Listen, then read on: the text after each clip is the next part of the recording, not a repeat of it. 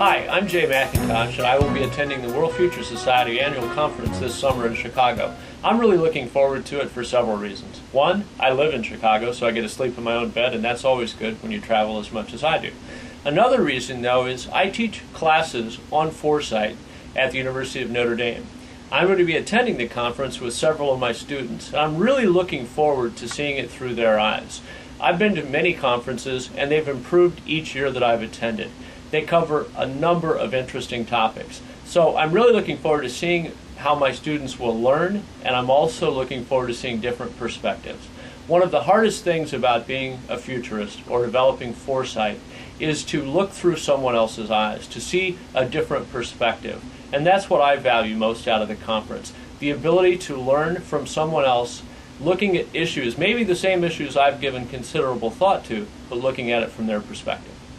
You're going to find a variety. You're going to have some big sessions with speakers whose names you may recognize talking about topical issues. But also you're going to find some more like small workshop kind of an environment where you'll have a chance to interact with the other attendees as well as the people who are leading the session.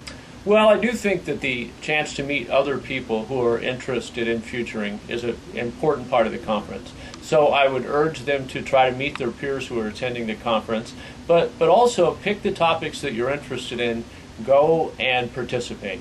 Really try to learn, just like in school, the best way to learn is to interact. So really try to be an active participant in each of the sessions that you attend.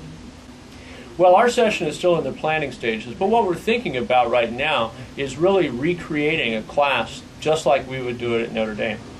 At Notre Dame, we start out each class by looking at current events and developments and talking about potential implications for the future around those. So we would probably start with that. Then we may have the students talk about the issue that they're researching this semester. Examples of issues that students are looking at include the future of desalination.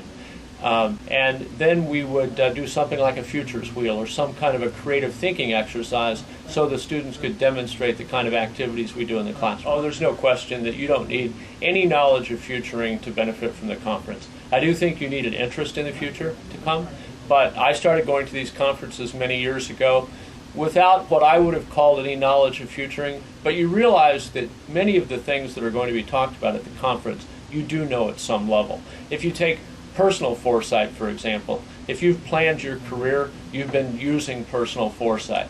So you'll find that some of the things that you have been doing fit very well in a foresight or futuring context, and you'll learn to enhance those skills and I hope develop interest in new areas as well.